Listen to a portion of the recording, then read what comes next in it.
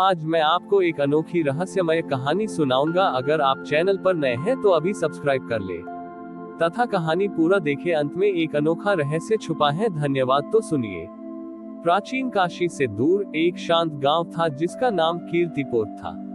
इस गांव में हर व्यक्ति अपने कर्मों की प्रशंसा चाहता था। छठ पर्व पर भी लोग अर्घ्य देने से पहले ये सुनिश्चित करते थे कि उन्हें देखा जा रहा है। वे दिखावटी दान करते थे और अपनी तपस्या का प्रचार करते थे। जिन लोगों के कर्म अज्ञात थे, जैसे सफाई कर्मी, नदी की सेवा करने वाले चुपचाप कारीगर, उन्हें कोई सम्मान नहीं मिलता था। उनकी भक्ति में प्रचार का अहंकार समा गया था। इस गांव में एक युवा साधक रहता था जिसका नाम अनाम था। अनाम का अर्थ है बिना नाम वाला। अनाम चुपचाप दूसरों के लिए निस्वार्थ भाव से काम करता था।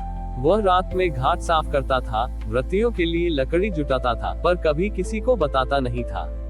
अनाम को दुख था कि सूर्य, जो बिना किसी प्रचार के पूरे विश्व को प्रकाश देता है, उसके उपासक इतने अहंकारी क्यों हैं? इस वर्ष कार्तिक मास में अनाम ने गांव के मुखिया और सभी व्रतियों को एकत्र किया। उसने कहा, सूर्य का सबसे बड़ा कर्म अदृश्य है। उसकी गर्मी जो बीजों को जीवन देती है, वह हमें सीधे दिखाई नहीं देती। जब तक आप प्रशंसा का मोह नहीं छोड़ेंगे, आपकी पूजा अधूरी रहेगी। इस बार हमारा संकल्प अलक्षित अज्ञात कर्म का होगा। अनाम ने एक ऐसा संकल्प रखा जो प्रचार के इस भ्रम को तोड़े। संकल्प अलक्षित कर्म का अर्घ्य। तारांकन स्वयं सेवा का गुप्त कर्म नहाय खाय। इस दिन गांव के हर व्रती और परिवार को एक निस्वार्थ कार्य, जैसे किसी गरीब की मदद या किसी की गुप्त रूप से सेवा करना होगा, लेकिन ये सुनिश्चित करना होगा कि कोई उन्हें देखता या पहचानता न हो।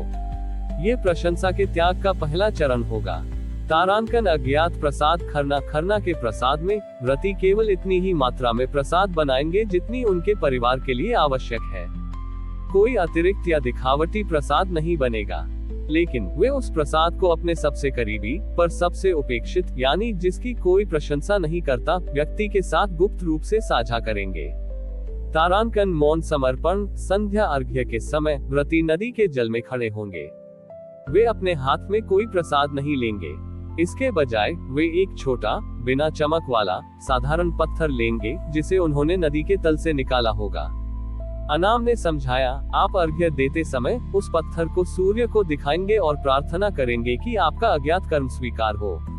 अर्घ्य के बाद आप उस पत्थर को नदी के तल में वापस डाल देंगे ताकि आपका कर्म भी भूमिगत और अज्ञात रहे। षष्ठी की शाम आई। घाट पर कोई प्रचार नहीं था। लोगों ने चुपचाप सेवा की और अपने सबसे सादे पत्थरों को लेकर जल में खड़े हुए। जब अनाम ने अपना पत्थर सूर्य को दिखाया और प्रार्थना की, हे छठी मैया, हमने देखा कि सबसे बड़ा त्याग प्रशंसा का त्याग है। कृपा करें कि हमारे सभी अज्ञात और निस्वार्थ कर्म स्वीकार हो। जैसे ही सूर्य की अंतिम किरणें पत्थरों पर पड़ी, वे पत्थर चमकदार नहीं बने, बल्कि एक गहरी गर्म ऊर्जा उनमें समा गई। जब व्रतियों ने उन पत्थरों को नदी के तल में वापस रखा, तो नदी का जल अत्यंत शांत और स्थिर हो गया, मानो नदी ने स्वयं उस मौन समर्पण को स्वीकार कर लिया हो। अगले दिन सप्तमी को अनाम ने घोषणा की, सच्ची भक्ति वह है जो अज्ञात रहती है। छठ मैया ने हमें सिखाया है कि सबसे बड़ा प्रकाश उस कर्म का है जो बिना नाम के किया जाता है। उस दिन के बाद कीर्तिपुर का नाम बदलकर अनाम ग्राम रखा गया। अनाम ने सिद्ध किया कि छठ पूजा का सबसे बड़ा वरदान मानवीय प्रशंसा नहीं, बल्कि आंतरिक शांति और निस्वार्थ सेवा की शक्ति है।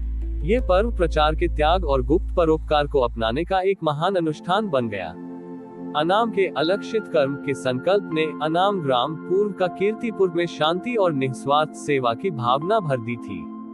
लोग अब चुपचाप परोपकार करते थे और प्रशंसा की अपेक्षा नहीं रखते थे। ये गांव अपनी आंतरिक शांति के लिए दूर दूर तक प्रसिद्ध हो गया। लेकिन गांव के मुखिया वृद्ध हो चुके थे। गांव वालों ने एकमत से अनाम को अपना नया मुखिया चुनने का निर्णय लिया, क्योंकि उसका जीवन ही त्याग और निस्वार्थ सेवा का प्रतीक था। अनाम ने स्वीकार करने से मना कर दिया। उसने कहा, मेरा नाम ही अनाम है, जिसका कोई नाम नहीं। जो व्यक्ति नाम और पद को स्वीकार कर लेता है, वह प्रशंसा के मोह से मुक्त नहीं रह सकता। मैं अनाम सेवक बनकर ही रहना चाहता हूँ। गांव वाले निराश हुए। उन्हें एक ऐसे मार्गदर्शक की आवश्यकता थी जो निडरता से उनका नेतृत्व करे, पर अनाम किसी भी पद या नाम को स्वीकार करने को तैयार नहीं था। इस वर्ष छठ महापर्व से पहले गांव वालों ने अनाम को सहमत करने के लिए एक अंतिम प्रयास किया। उन्होंने अनाम से कहा कि वह इस छठ पर स्वयं ही नाम और पद की समस्या का समाधान खोजे।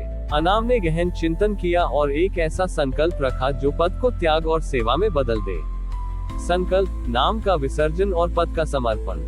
तारांकन पद का त्याग, नहाय खाए। इस दिन गांव के सभी लोग जिन्होंने अनाम को मुखिया बनाने का प्रस्ताव रखा था, वे सब मिलकर एक भव्य औपचारिक आसन सिंहासन बनाएंगे। यह आसन पद और अधिकार का प्रतीक होगा। तारांकन पहचान का विसर्जन। खरना के प्रसाद में व्रती कोई पारंपरिक मिठाई नहीं बनाएंगे। इसके बजाय वे अपने घर के सबसे प्रिय व्यक्ति का नाम कागज पर लिखकर उसे प्रसाद के साथ मिला देंगे। यह इस बात का प्रतीक होगा कि व्यक्तिगत पहचान को सामूहिक प्रेम में विलीन करना है। तारांकन नाम का अर्घ्य। संध्या अर्घ्य के समय अनाम ने एक नया नियम बनाया। उसने गांव वालों से कहा कि वे नदी के जल में खड़े होंगे, लेकिन वे सूर्य को नहीं देखेंगे। इसके बजाय वे अपनी आंखें बंद करके केवल अपने भीतर की आवाज सुनेंगे। अनाम स्वयं उस भव्य सिंहासन को नदी के जल में प्रवाहित करेगा। अनाम ने समझाया, पद और नाम तभी खतरनाक होते हैं जब वे हमारे अहंकार को बढ़ाते हैं। हम सिंहासन को त्याग कर निस्वार्थता को शासन देंगे। षष्ठी की शाम आई। ये अनाम ग्राम के लिए सबसे अधिक भावनात्मक क्षण था। अनाम ने अपने हाथों से उस भव्य आसन को जल में प्रवाहित किया। जैसे ही सिंहासन जल में डूबा, नदी के जल से कोई प्रकाश नहीं निकला, बल्कि जल की सतह पर असंख्य छोटे छोटे अदृश्य बुलबुले फूटने लगे। ये बुलबुले हर व्रती के कान तक पहुंचे और उन्हें उनके अपने नाम की ध्वनि सुनाई दी, लेकिन वह नाम अब अहंकार रहित केवल शुद्ध अस्तित्व की पहचान था। उसी क्षण अनाम ने घोषणा की, मैंने पद और नाम का त्याग कर दिया है, पर मैं आपकी सेवा स्वीकार करता हूँ। आज से मैं आपका मुखिया नहीं, बल्कि गांव का प्रथम सेवक हूँ। हमारा शासन नाम से नहीं, बल्कि निस्वार्थ कर्म से चलेगा।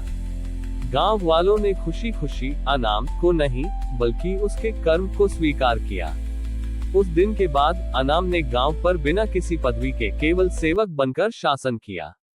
उन्होंने सिद्ध किया कि छठ पूजा का अंतिम संदेश यह है कि सच्चा नेतृत्व वह है जो नाम और पद को त्याग कर निस्वार्थ कर्म को अपना धर्म मानता है।